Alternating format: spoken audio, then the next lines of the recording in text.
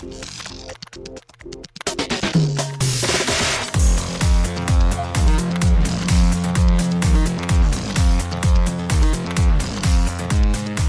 and welcome to Too Fast, Too Forever. There's all kinds of family. We chose this one. This is episode 62, the night before Fast and Furious. I'm Joey Lewandowski. I'm Joe too, and this episode is brought to you by the-Santa-Claus-Conservatory.com. Often referred to as the Stanford of Santa schools, membership in the Santa Claus Conservatory Santa Claus school range from $27 to $397. The Santa Claus Conservatory Santa Claus School has been featured in the Wall Street Journal, Fox Business, Money Magazine, Vox, and many others. For more information, call Santa Ed at 424-343-9555. That's an aggressive move to put your phone number just like right on. I feel like that's probably his phone number. Probably. Where's the 424 area code? Los Angeles. Makes sense. Cool. Well, we are here. This is a very special bonus sort of thing, special thing for Too Fast, Too Forever. We will get into that after the break. But before we do that, Joe, we've got to start off with extracurricular activities. What have you been up to since we recorded Fast and Furious Tokyo Drift with Cara Gail O'Regan? I actually have a couple of fun things that I've been up to. Thursday night was part one of the finale of Temptation Island. Okay. So I had my friends come over, and we had a Temptation Island mini finale party. But we're waiting for part two because it's going to get really juicy. Tomorrow night, I'm going to have them come over again, and we're going to watch the finale of Temptation Island. Very exciting. Friday, I had my work Christmas party, which was lovely as always. Mm-hmm. Saturday, I went over to one of my friend's houses and had a mini, she had a mini Christmas party get-together. I got to meet her brother and his wife, and a couple of my other friends were there, and we just had a fun drinking night, where actually we played this game called Joking Hazard, and it's like a Cyanide and Happiness. You know those cartoons? Mm-hmm. It's like a card game, though, and it's a great drinking game. Everyone plays kind of like Cards Against Humanity, right? Like, yes. This is kind of like the standard go-to game at this point. This is very similar. Like, if you have ever played Cards Against Humanity, you would understand this game pretty quickly. Okay. Except it's panels with cartoon panels on them, right? So instead of like words, it's more of an illustration. And what you do is you draw one from the deck, and you add one from your hand, and you can get people to choose. Like, you can choose if people either play the beginning, middle, or end of the cartoon, right? So you can frame it how you're building a 3-panel cartoon. Best cartoon, funniest cartoon wins. There's lots of like vulgar stuff in there. Highly recommended if you're a fan of Cards Against Humanity. This is fun. It's a little bit different. It's a little bit smarter because, you have there's the blue shirt guy and the green shirt guy, so, you have to, kind of get them to respond to each other. So it takes a little bit more thought than Cards Against Humanity. Not really, and it's a great game if you're drinking in a big group to, have something to move the sticks, right? So you're not just, sitting there drinking in a circle, twiddling your thumbs, but at the same time, it's also, if you want to go to the bathroom, it doesn't matter. You know what I mean? You can just play this very passively. Cool. That's what I was up to this weekend. How about you? Oh, so Friday I went with a friend to visit another friend in New York. We hung out with him for a while. Then we went to see Uncut Gems, the new Adam Sandler movie, the new Safdie Brothers movie, which is fantastic, incredible. I wanted to ask you about this. I saw you post about it, but I figured I'd wait until now because I knew you'd bring it up. Yeah. So it's really good, definitely worth the watch. Oh, it's great. Yeah. It's going everywhere, I think, on Christmas Day. So I think it should be near you on Christmas-ish. So go check it out then. It's so good. It's so tense. It's so tightly wound. If you don't know, it's A24, Adam Sandler, The Weeknd. The Weeknd is a very, very small part, but he's in there. Yeah. But he's a big part of the pitch to it. Adam Sandler's a diamond salesman, and he's in over his head in a lot of different ways. Kevin Garnett's in the movie. Lakeith Stanfield from Atlanta's in the movie. Idina Menzel from Frozen is in the movie. She plays his wife. Adele Dazeem is in the movie. It's made by the Safdie brothers, who made Heaven Knows What a couple movies ago. Then they made Good Time with Robert Pattinson, I think 2 years ago. I like Good Time. So, yeah, that was a good movie. It's a great, great movie. One of the best of the year, I think. Then on Saturday, I was going to have my birthday party at Topgolf, but then a lot of people couldn't make it, so I canceled that. And instead, I just had people over to play Rock Band. And I thought I was only going to have 3 people because it just seemed like every holiday party was this past weekend. Yes. But I had 6 or 7 people show up, which was great. A couple surprises, which was a lot of fun. Played a lot of Rock Band with past guest of this pod, Chris Podcast, was here.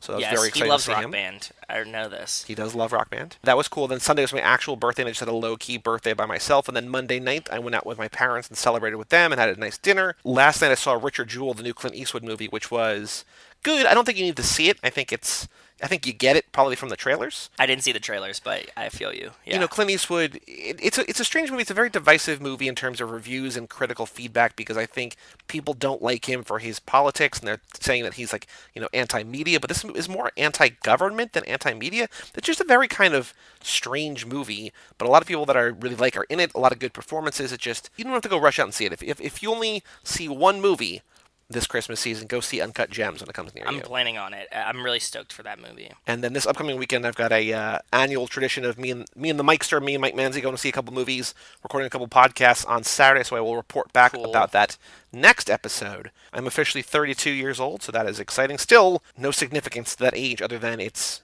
one before Jesus year, so yeah, still struggling to come up with meaning for that.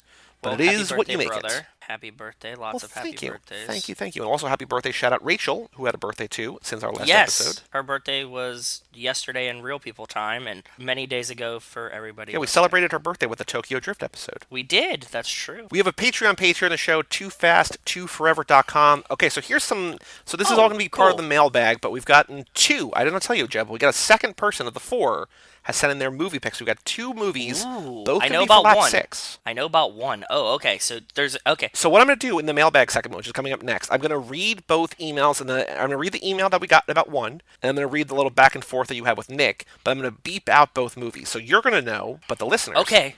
They might know. They might have some context clues, but they're not going to know the names of the movies. They're also not going to necessarily know what the lap theme is, but they might have some context clues because we're coming up on lap 6. Yeah, it's getting close, man. So yeah, toofast2forever.com. If you want to pick movies or things for us to watch on a yearly basis, go over there. If you want to get swag and merch, if you want to get voting rights, if you want early access to episodes, toofast2forever.com. Before I go to the mailbag, though, I want to go to the reviews. Joe, we have an 18th 5-star review, and... What? We have a new review written yesterday. No, seriously? Who is it? I didn't see it. Don't know who it is. It's Francour's Fallen Star. So maybe Jeff Francoeur. Is there another Francoeur? Do you know Jeff Francoeur? No. Baseball player. Okay. He is currently... he's on the Braves... Or wait, no. Okay. He's a former. Maybe he retired? Did he retire or is he just not on a team? I don't know. You're the one who plays fantasy baseball. Francour's Fallen Star gives us 5 stars. Subject line, I've stopped listening to all other podcasts. All other podcasts. That's what it says. I don't know who you are. If you are Francour's Fallen Star, email in. But here's what Francoeur says. Okay. I used to listen to many podcasts until one day I ran across this one. Now I need nothing else. A hilarious and yet poignant look into the best and most realistic film franchise ever created. Joe and Joe 2 are continuously fun to listen to and bring in a thoughtful array of guests to dig deep into Dom, Brian, Letty, and the family.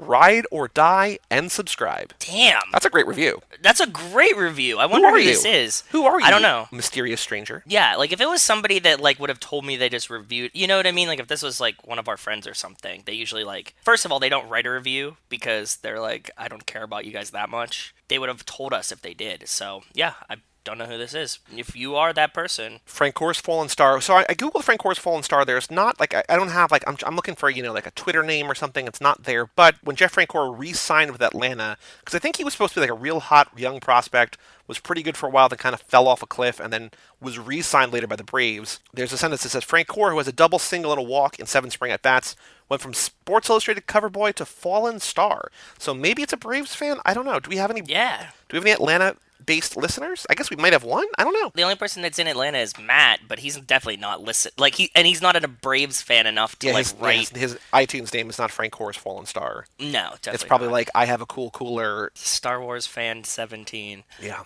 All right, Joe, mailbag time. It's hard because it's kind of all over the place, but we have 8 different things that I'm going to read, okay? Okay. So first up, we have the Facebook Messenger back and forth between you and Nick Burris. Yes. So Nick is one of the 4 horsemen of the apocalypse, the 4 guys that we have at the $10 tier per month over on Patreon, toofast2forever.com. Controls the fate, holds the reins in his hands. Yes. So he picks, yeah. He says, pick for lap 6, rated R American Graffiti, basically. Oh. And you said, ow, this looks super interesting and I've never heard of it. He says it's a comedy, too. You said you have a story about one of the stars, or maybe the star of the movie that you will tell on this episode. Yeah, this guy looks like he is the star, and trust me, this is another one of these like car connection stories that whenever I think of this person, I think of the story. And I actually think I told the story on here before, but now that you're reading this, does it sound familiar or no? No, I don't think so. Okay. We'll all find out together. We'll all find out together. But whenever I think of this person, I think of that one specific time at that time. Nick also said there's a movie called Two Lane Blacktop, which is another one that he wished he could pick. There's more car movie drag racing. And you said that too, right? You think that more people are going to pick Lap 6 because there's more options than Lap 7, which I think there's a lot of options for Lap 7. There's actually one secret thing that there's one thing for Lap 7 that I think would make Wes happy, but I don't know how we would do it within the framing, the context of the show, which would be to do like 2 or 3 episodes of that would be I don't know how to do that and have it make any sense whatsoever. I would be in for it. I would commit time-wise. Have you ever seen any of that? The first season. Yeah, I saw the first season. I got into 2 and was like, man, Rachel does love it. She's a huge fan. But I'm going to sort of selectively bleep some of that stuff out, so there's some context clues there. But yeah, Nick put in a pick. Very excited. It's a movie that I don't think either of us have ever seen, so that's going to be very cool. Yeah. So that's one. And then Alex Ellenin wrote in his pick, okay? So his subject line, next lap. He says, my pick is for you guys to both watch from 1981. Oh! Okay, this is one of my dad's favorite movies, actually. So you've seen it a bunch. No, I've definitely seen it before, but not since I was like a very small child. I've never seen this, and I've been meaning to. He likes this one a lot, and he likes one that has a very similar title, context clue. He says, I have a big interest in the actual which the record was just lowered to 20. I might bleep that entire sentence. It might just be like like there's the movie The Report, which is the new Adam Driver movie about, Senator Dianne Feinstein and her team investigating enhanced interrogation techniques like the torture, like in Gitmo and stuff. And then they redacted everything and just like, mostly black lines on the paper and just like a couple words. Like this might just be like, that sentence might just be like one long bleep with like some words not bleeped out. I like it. And then Alex says, I almost picked Death Race 2000, but I own it, unfortunately, and is less than good. This is a great choice, too. You guys are, like, dead on with, like, what I had in mind for the theme of the lap. Yep. You did excellent jobs. Both of these picks are awesome. I assumed that we would get picks like this, so cheers to you guys. You just, like, were right in our brains, perfect spot. Ben and Jake, if you're out there listening, and I hope you are, I mean, it would be weird if you're giving us money and not listening to the podcast, you still got time to pick for either lap 6 or lap 7. Either way. Just let us know what you want us to talk about, cover, movie, TV show, something else altogether. Yeah. Also exciting, and I'm sort of bouncing all over the place here. Joe, new $5 patron, meet Justin Kleinman. Oh, nice. Well, we know Justin Kleinman. We do know Justin Kleinman, but he contributed at the $5 level. So now, that's awesome. I did not mention it earlier because I wanted to save that little reveal. I did not tell you this before. That's why you didn't say the names. Go ahead. Very special shout out to Cassie Wilson, Jake Freer, Ben Milliman, Nick Burris, Alex Ellenin, and Justin Kleinman for supporting us on Patreon. Thank you all so very, very much. Yeah, thank you, brother. We appreciate it. Now that you said the Patreon names, thank you guys for helping to donate to Drift You a Merry Christmas. The toys are in. You hopefully saw the picture of them. I posted it on Twitter and Facebook. I thought they were really cool. Rachel was like, you got to get these out of the house before you start playing with them. They've gone to a church that lets parents come and pick the toys for their kids, like live in a giant gymnasium, essentially. I heard nothing but great things about this place, so that's where they went. And hopefully kids find them, and we have a bunch of fun Fast and the Furious toys for some kids. Cool. Next email from Justin Kleinman. He did the Patreon, and then he sent us an email. Subject line, Minnesota Vikings. Ooh. Joey, I know you're a Vikings fan, although I'm not sure why. So here's the story. I thought I mentioned maybe on here, but maybe I didn't. So in the 90s, when I was growing up, the Giants and the Jets are both very boring. I mean, they still are. My dad's a Giants fan. I wasn't crazy about either of them. My dad's best friend is a Vikings fan, and he was the only person in the world I knew who was a football fan who did not like either the Giants or the Jets. So I was like, I'll give them a shot. The first year that I rooted for them was 1998 when they drafted Randy Moss, won 15-1, had the best offense in history. Heartbreak in the NFC Championship game, they lost to the Falcons. It's a pretty good run. But I was just like, oh, this is the greatest. I mean, they got a great quarterback, they got 2 great receivers, they got a great running back, they got a great defense. Like, we're gonna ride this forever. And then since then, 22 seasons, there's been probably 3 or 4 good seasons, but there's been more than that. But I mean, 3 or 4 great seasons. This one's shaping up to be pretty good, but they're pretty much locked into the 6th seed, which is gonna be tough to win in any of the top 4. But anyway, Justin says, but this is both Vikings and car related, so here we go. Okay. I'm in the Minneapolis Pipe Fitters Union, number 539. We have season tickets to all major sports teams and the Minnesota Gophers football, hockey, and baseball. They raffle tickets off after every union meeting. That's cool. I like the Wild. Like they're doing interesting things. Didn't they have like one of the old Penguins GMs out there now, or the old Penguins coach? Oh yeah, Billy Guerin. He's the new GM of the Wild, and he played for the Penguins, won a Stanley Cup with us, and was our assistant GM up until last year. So that's cool. Very cool. And I also like, to some extent, the Timberwolves. I mean, I don't really follow too much basketball, but the Timberwolves have always been kind of cool, especially, Uncut Gems, Kevin Garnett. Oh, yeah, although true. he's circa the Celtics in that movie. And Yeah. the Twins are cool. The Twins have a nice new stadium, even though it's an outdoor stadium in Minnesota and they've had snow out. It's like, I don't know. I don't know. Justin says, I'm not a fan of football, but recently won tickets to the upcoming Vikings-Packers game, which is this Monday night. So as you're listening to this episode, last night, knowing that this game, being 2 days before Christmas and against the biggest rival, would fetch me some cash, I was able to sell 2 tickets for a tidy sum of $765. Damn, that's a come up. Hey man, I was a ticket flipper for a long time. I'm with you, brother. He says enough money to easily buy a new exhaust system for my car that he sent in last episode that we have not guessed yet, so I'm going to leave that off. Okay. Anyway, this email probably didn't need to be sent, but hey, I appreciate it. No, just like fucking send it, man. Bullshit, that's fine. Yeah. I'm fine with it. Like, we like to hear what you guys are up to, so. But I've been drinking some Shell's beer and making gumbo, so my filter's at set pretty low. Have a happy holidays, and I'm excited to start digging into the Patreon extras. Lots of love, Justin. Yeah, man, welcome. And I love emails, so don't ever feel bad about it. I want to know how this gumbo was. And also, as we record this, as you're listening to this, I'm going to mail you the stickers with the note. So hopefully they're there by Christmas. Maybe you can give them to your family, friends, loved ones as gifts. Just say, Ooh. This holiday season, enjoy the gift of Too Fast, Too Forever. And at the top of the episode, could probably introduce them to something we have special coming, so. Little hint there. All right, next email from Joe Reed, subject line Joe 3. What's up, Joe 3? How have you been, brother? Hey guys, I had to take a hiatus from y'all after Hobbs and Shaw came out to avoid spoilers. Ah, makes sense. He was waiting for the DVD to come out. Yeah. It just came out. That's perfect sense. The last episode I listened to was the no spoiler Hobbs and Shaw review, which was back in August, beginning of August. It's a while. It's been a while. Yeah, it's been a while. Earlier this year, I had to take on the role of stay-at-home dad once we had our third child. Well, congratulations. That's really cool, actually, dude. Joe 3 and Child 3. It's very symmetrical. Some nice synergy there. True. After a failed attempt to watch Hobbs and Shaw in theaters with a 6-month-old, he says, I refuse to be the parent with a crying baby in public, so I bail as soon as the crying starts. I was forced to wait for it on DVD. I appreciate you so fucking much. As a person who doesn't have any children, I see way too many parents just let their kids run and scream and run free. And I just want to say thank you for being awesome and respecting other people. That's all. Yeah. That's really cool. I think I told the story on here, maybe I didn't, where I saw Raiders of the Lost Ark in IMAX 6 or 7 years ago. And it was the afternoon, and there were 7 people in the theater, and there was a young couple and their 3-year-old toddler, and he was just yelling and shouting and running up and down the aisles. Oh, God. And I had paid $15 to get in, and I went up to them after 25 minutes of just nonstop, just running with them, not trying to settle them down at all.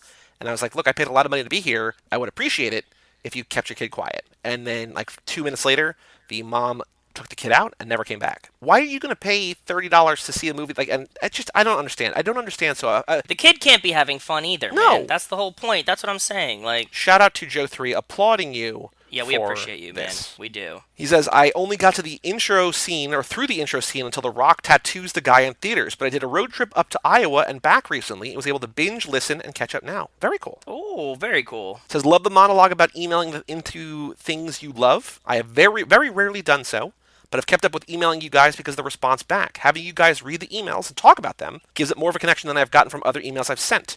That kind of dedicated time and response is, I believe, what keeps people attracted to your show. Oh. Thank you, Joe 3. I mean, if you're going to take the time to write in, we might as well take the time to read it. You're doing more work than we are. That's what I'm saying too, man. And it's fun to hear from you guys and just bullshit and stuff. I think it's more fun this way. If you just wrote nameless emails to us and we were just cool, that would be kind of shitty on my part. Yeah. I would feel bad about it. I also think it helps us transition this show into a show where we do absolutely no work and we just talk about nonsense. We're pretty much there. I don't think I'm going to put Hobbs and Shaw in my rankings. I think the actual Fast and Furious movies will continue to be one list, and I'll need to do a separate list for any, quote, The Fast and the Furious Presents movies. I really enjoyed it, but it just doesn't fit into the main franchise list for me. So here is my The Fast and the Furious Presents rankings. Number 1, Hobbs and Shaw.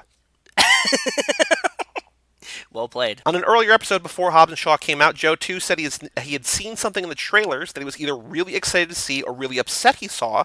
I couldn't remember which one. He said in the trailers it was something really quick that happened, but he wouldn't say what it was because he wanted to wait to see if you caught it in the actual movie. Did he ever reveal what that thing was? I may have missed it if he did, but I've been curious what he noticed.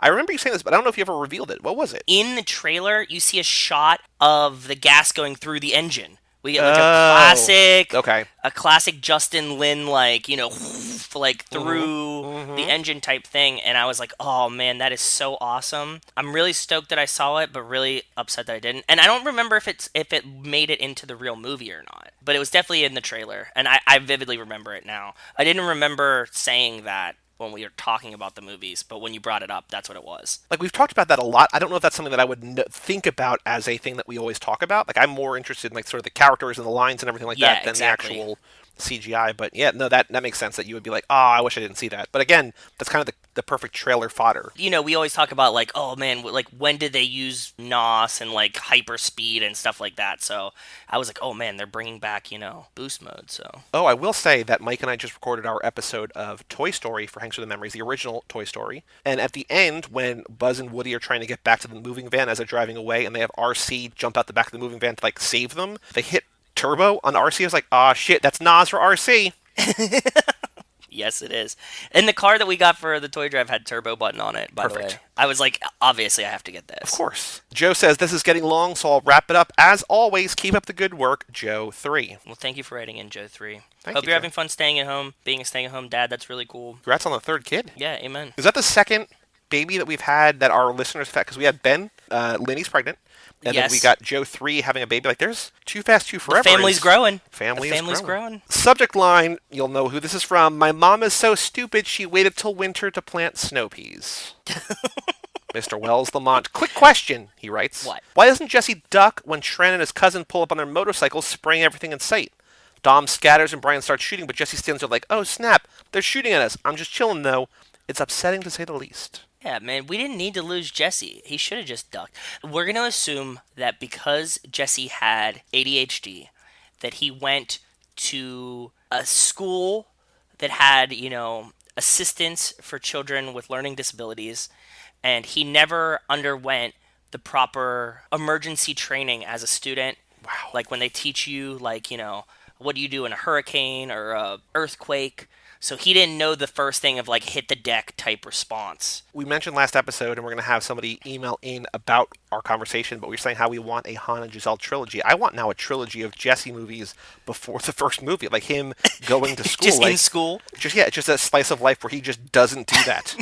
A total slice of life movie with just Jesse, just like the trials and tribulations of his high school time. Not that he's a huge character, but he's a pretty big character. Is there a character as big as he is in the movies that would have a more boring movie? Like, he's got to be on the list of, like, on the power ranking of, like, what a good movie can be told about a character. Like, he's got to be pretty low. Yeah. Unfortunately, I don't like saying it, but, you know, like Little Nobody, maybe. Yeah. Okay. That's a good comparison. That's all I can think of right now. That, like, who would be up there to be like anybody that's like working in the FBI, like the bureau and behind Brian, though. But I feel like even they would have kind of cool. Like, I was gonna say, you know, Lance, because we see Lance in the minute that we're gonna get to this episode. Yeah. But like, Lance is part of a gang. Like, there'd be kind of cool stories there. I feel like anybody in the cops could have cool stories there. No, but like I'm talking like the FBI people, like when he's like the paper pushers, like in Brian's like his office, his assistant or whoever, the woman in Fast and Furious 4, who's like just doing the legwork for him. Yep. Although like maybe that would set up for like a spy, like a Melissa McCarthy and Jason Statham, where she's just like the support, and then she has to go into the field. I mean, there's possibilities, but yeah, Jesse.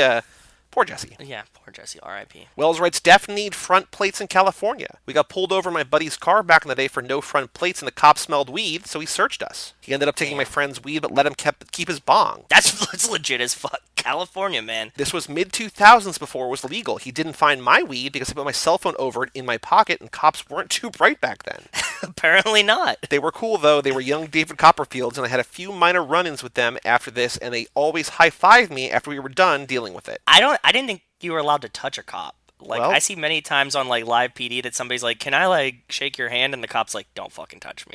So if they high-fived you, that's even cooler. I guess they have to maybe initiate the contact? I don't know. I guess. I don't know. I don't know the rules of touching cops because I try to stay far away from them. Wells says, nothing major, just dumb stuff. I swear I'm not a snitch. I've never been arrested or anything like that, but Here in Walnut Creek, where I live, cops are dickheads.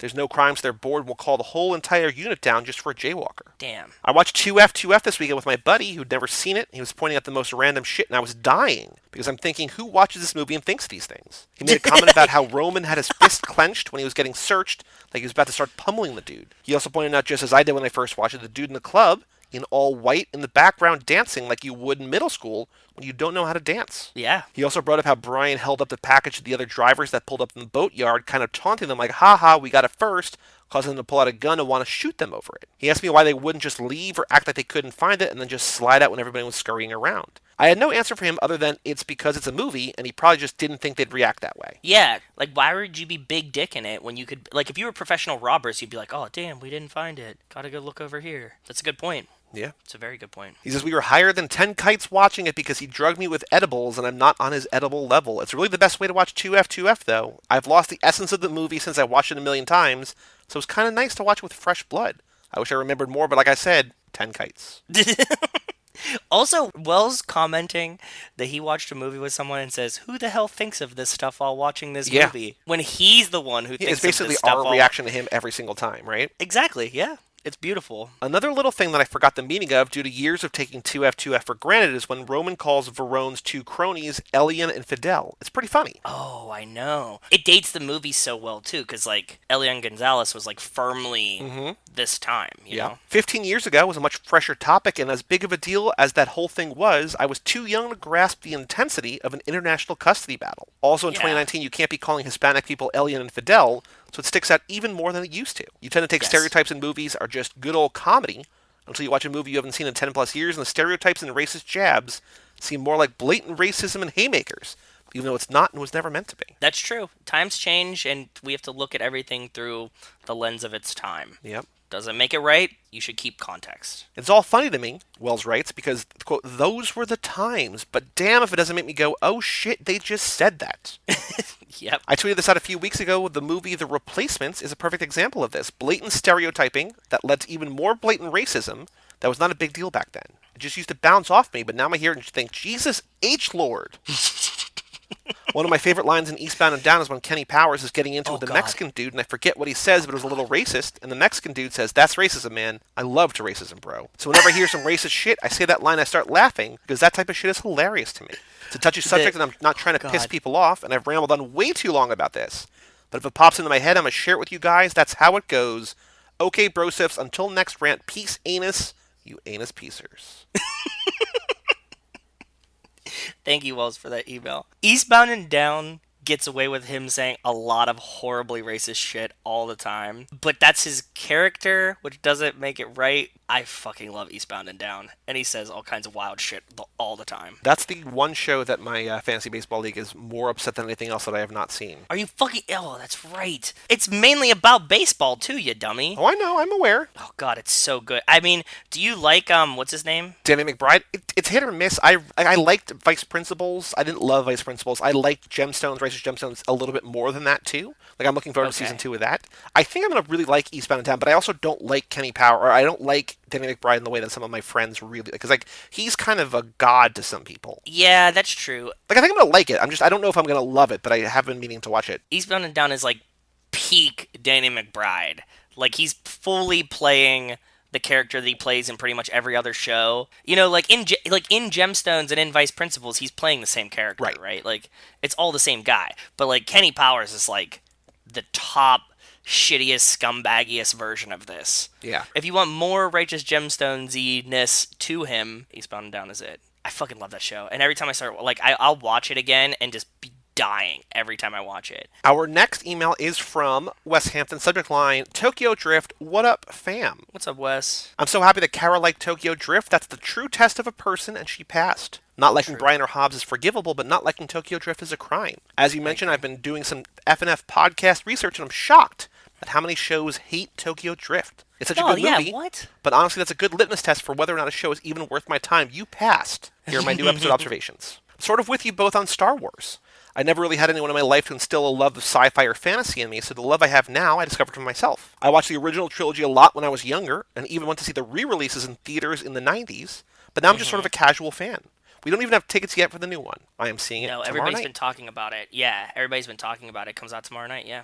Reviews are mixed at best. Yeah, I've seen some really bad reviews. Yep. I like the new ones fine, but the thing that turned me off a little bit on them was the fact that there doesn't seem to be a real plan in place for the story. It sounds like they gave whoever was writing and directing the freedom to shape things however they wanted. Yeah, that's an interesting choice. That seems to be the critical reception from what I've seen from headlines of the new one. It's like it doesn't feel like a satisfying conclusion, which on the one hand, like, should it be J.J. Abrams' responsibility to sum up 9 movies? Like, that feels like a lot of pressure for one guy. Yeah, but the thing is, you need, like we have like Vin. You need a creative director, is what you need. You know what I mean? Like, maybe not the producer, but you need somebody behind it. You need like a Kevin Feige for Marvel, who like basically single-handedly orchestrated the MCU. You need a Vin Diesel. You're right. Like, you don't want to like box anybody in too much, but you need like a general like, this is where the story's going to go. Get to this point. We know what's going to happen in the next 5 to get us there. We rewatched all the movies earlier this year when Mrs. West was doing a Star Wars Droids cookie order for a friend. He says if you ever wondered how long it takes her to do a set, that set of 24 cookies, took the length of every Star Wars movie through 2018. Whew. What? And Rogue One is my favorite. He says that's probably why I like The Mandalorian so much. Plus, Baby Yoda. Baby Yoda's a huge thing right now. The child. I wish we could fast up Baby Yoda, but... Ooh. I can't say Tokyo Drift is my favorite movie in the franchise, Wes says, but it's probably top 3. It is definitely my number 1 or 2 on my ranking of which F&F movie to watch at any time, though. Because it's so approachable and because it doesn't fit, you're never missing anything from Tokyo Drift, right? It's because it's standalone-ish. I like 2F for that reason, too. Like, that's one of my favorite ones to put on when it's on TV because, like, you're never missing anything from it, It doesn't really, like, hurt the story. Yeah, it's like a standalone, but also part of it, and also just very watchable and very fun and short and breezy and everything we talked about last week. This episode, the Tokyo Drift episode, has finally decided for me what our F&F marathon order will be. Kara's comments had settled it in my mind. We've got to go chronologically, because I want all my friends to feel Han's loss in their bones like we do every time. Plus... It's probably the best way to convince everyone that Tokyo Drift is actually a very good movie. This breather, dude, when we watch it this time, I know we talked about it, but God, it's so refreshing between 6 and 7. Like, it feels really nice. It's so breezy. Like, I just got to tingle up my spine thinking about it. Like, I was like, oh. Wes says, for the marathon, we already have one couple who's committed to the whole thing with us. The guy's starting a podcast. Hey, stay out of our turf. With a friend. It's sort of movie-centric, and Fast and Furious is on their short list of franchises to cover, but he hasn't seen them all or any. They want to put out the F&F episode the week of the new movie. Nice. So, good luck to them. Wes said that he wasn't going to give a lot of details about that podcast, but I think that's something that Mike kind of does with Third Time's a Charm, talk about different franchises. We did the Tokyo Drift crossover on Valentine's Day this year, which is very exciting. True. Wes says, speaking of our marathon, I'd love to somehow have our friends take your F&F character quiz at the party. I think that would be a blast. Oh, we can make that happen, right? I think so. Yeah, we can figure it out. In my head, Wes writes, I've been planning a Han and Giselle fanfic story forever. I'm telling you because it will probably never happen, but it's obviously set between 5 and 6. My version would be a sort of a spy thriller that fills in Giselle's backstory, since we technically have Han's backstory in Better Luck Tomorrow. I love the idea of a rom-com, though. Maybe I'll pivot it to be more like a Mr. and Mrs. Smith kind of thing. Fun. I like that. I mean, you could have 3 different kinds of movies if it can be a trilogy, right? Like, you could have 3 different things. Why don't we write it in a round, Wes? And, like, you write one serious chapter, and then I write one ridiculous chapter, and you try to make the story work after I ruin it. Possible. That would like work. Joey does with all of our podcasts. Like I'm going to do right there. Exactly, see? I know you said you'll get to it eventually, so I don't want to say too much, but if you listen to the Tokyo Drift commentary, Justin Lin talks a lot about the filming process. Then Wes gives some details that I'm not going to read about the actual commentary, because we will get to that at some point. Cool, okay. He says the race starter, credited as exceedingly handsome guy, is Satoshi Sumabuki. He's a famous actor, model, musician from Japan, and the movie's actually full of famous Japanese cameos. Oh, I didn't know that. I never picked up on it. I mean, like, because we don't know the famous Japanese people, so. Right. Yeah. The ongoing debate about the Tokyo Drift timing issue with Sean's dad is one of my favorite things. It's definitely that his dad assumed his mom was an idiot and meant the 7th in America, 8th in Japan, and he was having one last big night before Sean showed up. But I'm also, which is my theory, but I'm also 100%, I also can't tell anymore. I don't know where we all fall. But I'm also 100% certain that no one working on this movie ever thought anyone would put any time into trying to work that puzzle out. It's the F&F Gordian knot. Do you know the Gordian knot? Yeah, I know the name of it, but I forget what it's from. What is It's it? an extremely difficult or involved problem. It's a legend of Where'd it Phrygian come from? Gordium associated with Alexander the Great. It's often used as a metaphor for an intractable problem solved easily by finding an approach to the problem. You just cut it in half, right? Wasn't that always the solution to the Gordian knot? Like, as he just cuts it and he's Oh, like, I yeah. solved That it. renders the perceived constraints of the problem moot, cutting the Gordian knot. See? I knew the story. I didn't remember where it was from. Wes says, I hope you're keeping a list of questions to ask Chris Morgan if you ever get to interview him. So we'll have to ask about No Niece Denise, Yes. Sean's mom and dad. That's what I'm saying. Like, we found another one of these. It's like a throwaway line that was just like, oh, like there's a joke, like his dad had this hooker. We're like, no, this makes no sense. We must crack this. We must Gordian knot, yeah. He says, that's it for this week. I'm excited to hear what special thing you have planned for next week's release. Until next time, stay furious, Wes. Well, you're getting very close to that part of the episode. Very, brother. very close. But before we get there, we have one more email. This one from Alex Ellenin. Subject line, you like hats, Timmy? Ooh. About 2.5 years ago, I came across one of these subscription crates, but it was car-centric. I saw that there was a Paul Walker themed month and I jumped on it. A couple shirts and knickknacks were included, but it also included was an air freshener. Think pine tree hanging from every high schooler's rearview mirror. Except this one was in the shape of a pair of Converse and had Paul Walker's signature on the back. Oh, that's really cool, actually. I saved this until I bought my truck last year and it's been hanging from the mirror ever since. Now I tell you that to tell you this. I was driving home from work and started wondering about it. There's no way they made custom-made these. Someone has to sell them. So I started Googling, right? Turns out no one's got them, except the overstock portion of that box's website. Great, gimme 4. But they also have more hats. So here's a link in case y'all want your own tuna no-crust snapbacks. Let me see. Do you have it? Can you send it? It says also you guys are one Joe away from being a Cartoon Network spin-off. Well, we have Joe 3. He wrote an email today. He does. Oh boy, this is certainly a hat. Tuna no crust snapback. It's a good looking hat. It actually is a really dope hat. Do you know Matt's like obsession with hats? Do you know this joke about Matt? Maybe? I don't know. Every time we would go to like a new brewery, we would look and Matt would buy like a hat. And so like whenever we would like go to a brewery, we would just like sit down at the table, we'd look at like the merch, we'd look back at Matt and he'd be like, "No." And we'd be like, "You're going to do it." And he'd be like, "No, no, no." And we're like, "Oh, you want one, don't you?" And he's like, "I saw kind of a cool one." And we're like, "Are you going to do it?" And he's like, "Fine, I'm getting a hat." And then he would just like... So we just been laughing at him. Wait, who was obsessed with glass? Was he also with glass, or was that Zach? Zach had a bunch of glass and was like trading glass for like a while. But the beer glasses are actually really cool, and and they make like super limited ones. I have some pretty cool beer glasses too, and you can use infinity beer glasses, right? Like, sure. Like Matt was buying these hats and like not wearing them, and I'm like, what are you saving these fucking hats for? I don't get it. But hey, man. Collector's soul. We get it. I get it. That's all the emails. If you have an email that you want to send in, family@cageclub.me. Thank you all so very much for writing in. We got quite an array of people writing in today. That was warmed. It was a great, warmed yeah, my it was a heart great email bag. in this Christmas season, this holiday season. So thank you all for writing in. Thank you again to Justin Kleinman for supporting us on Patreon. TooFast2Forever.com if you want to kick us a couple bucks. Help us pick what to watch next year, or just get some merch, or just give our undying love and affection. TooFast2Forever.com. We're not going to do a full news segment, but there was one thing we need to talk about. Just happened. What, today? Just happened. Yeah. There was a rumor that today, December 18th, as we're recording this, there was a teaser. There was going to be a teaser for the trailer. But what we found today, as I'm sure you know, if you are following us on Facebook or Twitter or just aware of the world, Super Bowl week in Miami, they are going to have a Fast and Furious themed concert with Cardi B, with Wiz Khalifa, with Charlie Puth, with Ludacris, all performing. Makes so much sense. 2 or 3 days before the Super Bowl. And they are also going to show the trailer for the first time at the concert. Hashtag get2F2F2 Miami. Let's get us there. Did you like my second 2? Did 2F2F2 Miami? Yes. Perfect. I would like to go. We entered. There's like an entry thing. I'm going to harass the Universal Twitter and them. If you guys want to help, that would be awesome. If we wind up getting tickets, I'm going to be very hard pressed to not go. The chances are in the Universe's favor. If they want us there, we'll win tickets, one of us. I pinned the tweet to our Twitter page. So at TooFast2Forever on Twitter. If you want to go over there and just shout at them, tell them Universal we want Picks and the Fast Saga. Are we following the Fast Saga? We are. It's the real Fast and the Furious page. I want to go because it will be awesome for us to cover the fucking release of the trailer, right? Like, isn't that perfect for us? Yeah. I think that there's no two people that should be there more than us, and to just do like an episode immediately afterwards, get hyped for the trailer. Let's do it.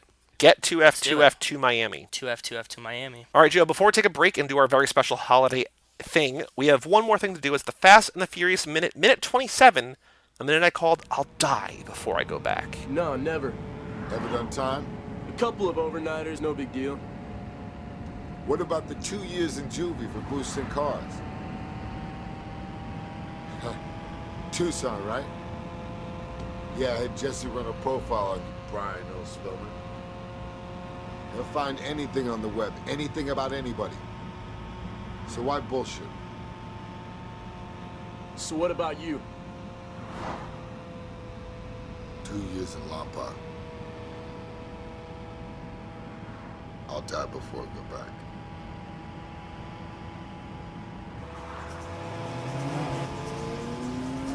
Ah, great. What? It's gonna be a long-ass night, that's what. Follow us! So this one is, I feel like this is a more compressed timeline, maybe, than what we were thinking, because I think we might have thought a couple minutes before Johnny Tran. I did. Lance and crew roll up here at the end of this minute. Yeah, I thought that I thought that this conversation ran longer. That's what I was. I mean, the conversation's like 45 seconds, which in movie time is kind of a lot. But then, Lance and crew roll up. I think there's 6 bikes with maybe 9 people. Like Lance has somebody on the back of his bike. It's 5 bikes. I thought I saw 6. It's like 2 on each side and 1 in the back, is what I remember. 5 or 6 bikes, and there's like 8 or 9 total riders. I think there's 3 bikes with 2 people on them, so yes, they're doubling up. So Dom and Brian talk about their past. Johnny Tran's crew roll up on them, tell Brian to follow them. 5 or 6 bikes, 8 or 9 total riders. Notable moments of trivia: we have the first introduction of Johnny Tran's crew. We learn that Dom spent time in prison. We get Lance's first line of dialogue. And I noticed that neither Dom nor Brian wear their seatbelts. Hey kids, wear your seatbelts. Yeah, what the fuck is that? I didn't notice that. Good call. They're in the Sparco seats, but, just buckle up. Yeah, that's weird. And they wore the seatbelts when they were driving. Yeah, especially given that Paul Walker's going to die in a car accident. It's R.I.P. Lance wearing the black leather jacket, red motorcycle helmet, holding an SMG submachine gun in his hand. That's the only real sort of up close and personal look at clothing that we get. Next minute, when they pull over, we'll have some more clothing there. But Joe, the big thing I think here is the actual, what the bikes are. So you want to hit us with some, also tell your story about Rachel and the Car Movie Database. I assumed we've said it a million times on here, and if you have access to the document, you know that I link everything to the Car Movie Database. Rachel and I were watching a movie, what was it? And she's like, oh man, I wonder what car that is. And I was like, oh, just go look it up on the Car Movie Database. And she was like, what? And I was like, Car Movie Database? Like, just go look it up. I'm sure it's in there. And she's like, this exists? And I was like, yeah, dude, like, how do you think we're doing the minute? I don't just, like, know all of these random cars with, like, kits on them, like, off the top of my head, like, to figure out, like, what the actual car is. Like, you didn't know this existed? And she's like, I thought you guys just knew. This is cheating. And I'm like, what? Like, what the fuck? Like, I don't know, like, every random 90s fucking motorcycle by the year and headlights. Maybe I should.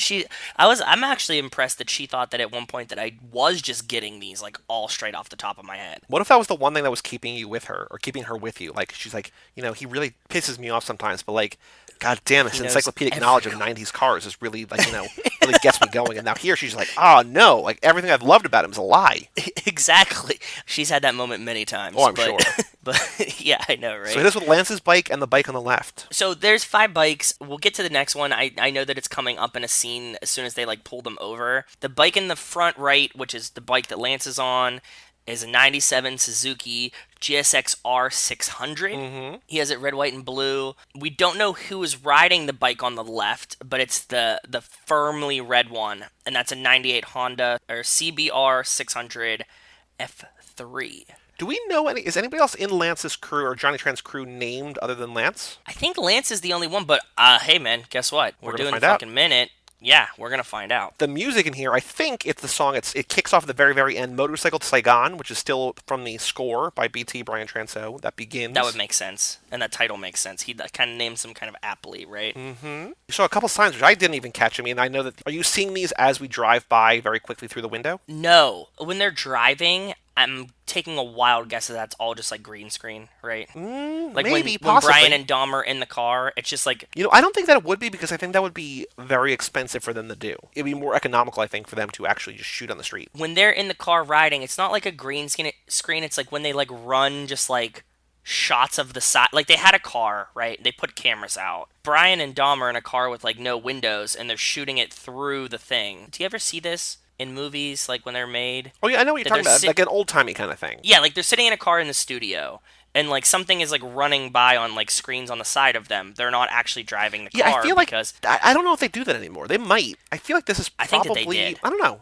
Maybe. You see the signs when Johnny Tran's crew pulls up, because then they're actually on the street in a car. Gotcha. Okay. Yeah, everything that's happening on the side of them while they're in the car talking is blowing by way too fast and way too neon to stop and read. Like, even at, like, a very, high def rate. But when we see Johnny Tran and his crew pull up, they pass a Payless shoe source. Not even like a Payless, like the old school ones, right? In front of that is a restaurant. It looks like a restaurant, and it's called Bolea. Bolea. Okay. I think it's a restaurant. I tried to find it in California. Couldn't find it.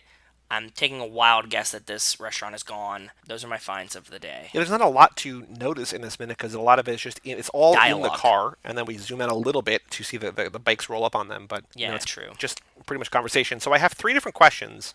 Kay. We can do one. We could do more than one. This is up to you. 3 questions. We got: what prison did Dom do 2 years in? How many years was Dom in prison? Or how many years was, quote, Brian Earl Spillner, the fake profile, in prison? So which of those do you like? 1? Do you like 2? Do you like 3 of those? Which one do you want to keep for the quiz? Oh, 2 years in Lompoc. I like that one. Like, maybe do a combined one. Like, Dom and Brian both admit they were in prison for the same amount of time. How much time was it? Okay. And you could do, like, 2 years, 2 months, 2 weeks. No, maybe not too many 2s, but like 2... We could do 2 months, 6 months, 2 years, 5 years. Perfect. Yeah. Cool. And the answer, that's of course, really good. 2 years. That's a good question. Any other things that you caught in this minute? Again, not a bad minute. I like the character development. I like the backstory here. Just not a lot necessarily to talk about because it's just them inside the car. This is a great character building moment, but it's not a lot going on around it besides like the dialogue and stuff, which we have. Right. So we're gonna get a good one next with when they stop. Oh, yeah. Like Johnny Tran. Like there's gonna be so much to see and do and stuff. So I'm excited. Nas! Run. Let's take a quick break. Come back with a very special holiday bonus special feature thing right here on Too Fast, Too Forever.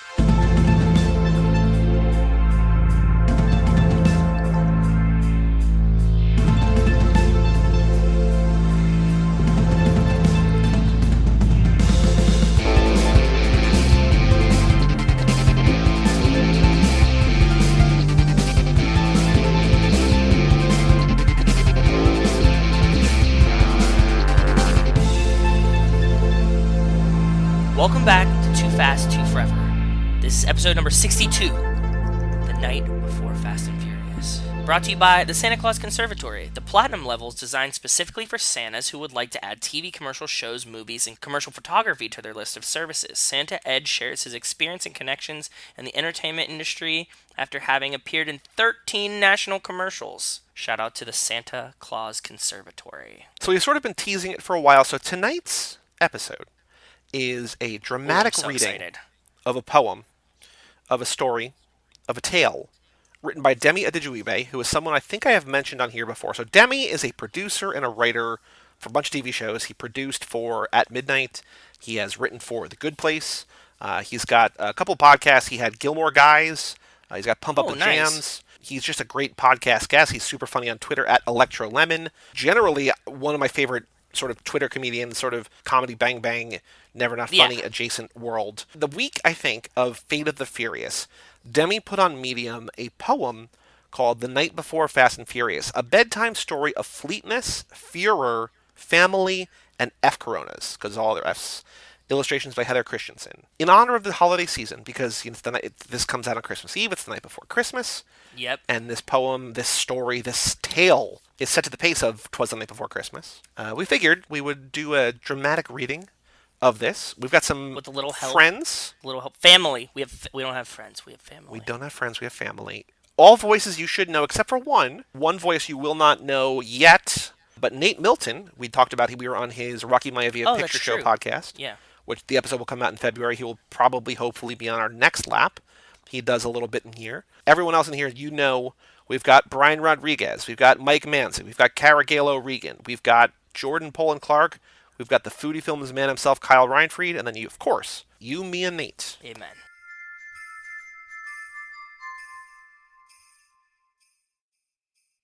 The moon was slow-moving and couldn't be sped. The speedsters were snug in their big race car beds. Racer Xmas was coming, it'd soon be arriving. But Paul Walker stirred, for his mind was still driving. He rose with a loudness that jostled the house. "I know how to celebrate," he gasped as they roused. "Let's put on a show, oh, it'd be terrific." They murmured with doubt, but asked for specifics. You'd all form a street crew. Vin Diesel, you'd lead them. And steal things for money, but street race for freedom. I'd be a cool cop who goes undercover. We'd first fight as rivals, but end up as brothers. The whole house was eager and lit up with passion as they thought of duties Paul and Vin could fashion. It'll be full of action, just packed to the gills. But Tyrese wanted brisker and angrier still. Your idea is good, Tyrese hesitated, but Ludacris and I would make it high-rated. Take my role then, buddy. You lead it, Vin says. I'll make the call so we get Eva Mendes. Paul mumbled who? He couldn't recall. This takes place pre-2001 after all. Yet they stayed enthused, more so inspired. But Lucas Black called for less quickness and ire. Bah, Lucas drawled. That idea's atrocious. It's just far too frenzied and far too ferocious. Let Bow Wow and I drive abroad. I insist. We'll take over Tokyo. You catch my drift? The friends smiled and nodded, all very confused. No one really got how Lucas joined the crew. With shrugs they moved forward, all on the same page. But Vin went and asked for more swiftness and rage. "I'm back in," Vin stated, "but traveling's fun. What if Paul joins my crew for a Mexico run? I'd end up in prison. Michelle, you would die." The crew gasped in awe. She passively sighed. "Whatever," she mumbled. The gang was elated. They reveled the way they always celebrated. "Let's drink," Paul cheered. "Coronas," Vin added, but Dwayne said it must be more rushed and more rabid. "More stunts, more danger, more heist," The Rock screamed. "Can I be an agent who's hunting your team? I'll chase you to Rio, join up for revenge, and let you drag vaults through the streets as amends." "That's not possible," Jordana replied, but she could not be heard over all their high fives. The Rock gave their project some rejuvenation, but Michelle craved more hustle and more indignation. "I'm not really dead," she stated so plainly. "I'm brainwashed and evil, but you have to save me. We'll drive through a plane in our final invasion, and at the last minute, ta-da, Jason Statham." They all shouted, "Whoa!" upon hearing his name. No one cared how largely the concept had changed. They started their cars and their Nas apparatus, but Kurt wanted far more momentum and madness. "More!" Kurt Russell yelled. "Take it to 10! You're not just street racers, you're now supermen! Let's drop cars from planes, bomb copters and homes, hang off car spoilers, and flex broken bones." "I think it should be a bit sweeter," Paul grimaced. Kurt rolled his eyes. "Fine, but in the last minutes." The friends all concurred that this was the right path, but Charlie still wished for more haste and more wrath. Before Charlize Theron could speak, Vin proclaimed, "Enough is enough, it can't be more insane. What idea is better, what outlandish scene?" She grinned and said two words, "Ice submarine." A silence befell, her words echoed the halls. The crew looked to Vin, and then Vin looked to Paul. He stared at Charlize, then scowled and said cannily, "That idea's crazy. Enough for this family." Paul's confirmation made all the crew go nuts, as Vin and Kurt doled out a round of Coronas. Their pitches were solid, but this one was sturdiest. The ideal levels, so fast and so furious. Together they'd stricken a beautiful chord, an ode to the streets, stunts, and cars they adored. "It's perfect in furor and perfect in speed, but still, let's make more," the crew all agreed. So I love that. Thank you, Demi. I mean, if Demi finds this, I mean, we're going to tag him on Twitter, but I do not expect him to hear this. But, Demi, you have an open invitation to be on this podcast at any point to talk about whatever you want. Doesn't even have to be about the Fast and Furious, but that is a beautiful poem. I found this so long ago, and I've been saving it for this very episode, this weekly time slot. I hope you enjoyed. I guess my question to you, Joe, is that for a while I was teasing like, oh, I've got something special, and I wasn't telling you what it was. When I finally sent this to you, what did you first think? I thought, this is awesome. My first immediate thought was, we got to get our family in on this. Like, I was like, we need some help. We need to assemble a crew. We need a team of experts. Somebody that's good with gears. Somebody that's good with circuits. A chameleon who can blend in anywhere. Chameleon that can blend in anywhere. We need to bring this home. So that's what we did. Yeah, I mean, I originally was just going to have you and me read it, and then you said bring in the family. I was like, oh, that's a better idea. And so we reached out, and everyone was game, and everyone got us the audio, and I love what they did, and so I'm very excited to hear strung all together. Like, I wonder if when Demme wrote this, he ever thought that there would be a dramatic reading of his by words. 8 people. I hope so. I envision this to be like a Yule log as you gather around the Christmas tree today, that you just listen to our voices lead you in the Fast and Furious Christmas poem that you deserve. So that'll just about do it for this episode. So next pit stop in 2 weeks, we are going to be talking about Fast and Furious Spy Racers. Oh, that's true. That is the Netflix series. It comes out as you're listening to this. If you listen to this the day it comes out in 2 days, the day after Christmas, or if you're up north in Canada, on Boxing Day. Go check out Fast and Furious Spy Racers. But between now and then, we've got Furious 7. Kara going to come back for that. You heard her in the night before Fast and Furious. But Kara will be back to talk about Furious 7, say farewell to Paul, say hello to Kurt Russell, as we wind down the driving school lap with 3 more episodes to go. We have caught up now. So we got 7, Fate, Hobbs, and I'm very excited. Same. Any other thoughts, Joe, about, I think next week when we do the Furious 7, I think in the intro we can kind of look back at the year of Fast and Furious, because that episode comes out on New Year's Eve. But any other thoughts about this episode or the night before Fast and Furious, or anything that you want to say before we wrap up today? No, great mailbag, and I hope you guys liked the night before Fast and Furious. And we will link it if you want to read the whole thing for yourself, just if you want to read it visually. The pictures are great. The animations are great. Yeah, so yes. So make sure to click it or go find it. Go to cageclub.me, and it'll be on there, and you can click from there. You can see all the art, because the art is all beautiful. Go check that out at cageclub.me. But for all things Too Fast, Too Forever, you can go to cageclub.me, facebook.com/TooFast2Forever, or at TooFast2Forever on Twitter and Instagram. Email us, family@cageclub.me. Joe, like you just said, thank you so much for all the emails, both tonight and all year long, and ever since the beginning of the show, but tonight was an especially great mailbag. Yeah, I agree. Check out our Patreon page at TooFast2Forever.com. Once again, special shout out to Justin Kleinman for supporting us over there. New patron over there. Stickers on the way to you, or in your hands already, depending on how USPS handles this. Come back next week for Furious 7. Come back in 2 weeks. Start watching in 2 days. Fast and Furious Spy Racers. We've got a lot of exciting things coming up in 2020, including a brand new movie, Fast and Furious 9. Remember, hashtag #Get2F2F to Miami. To Miami. I'm Joey Lewandowski. I'm Joe too. And we'll see you next time right here on Too Fast, Too Forever.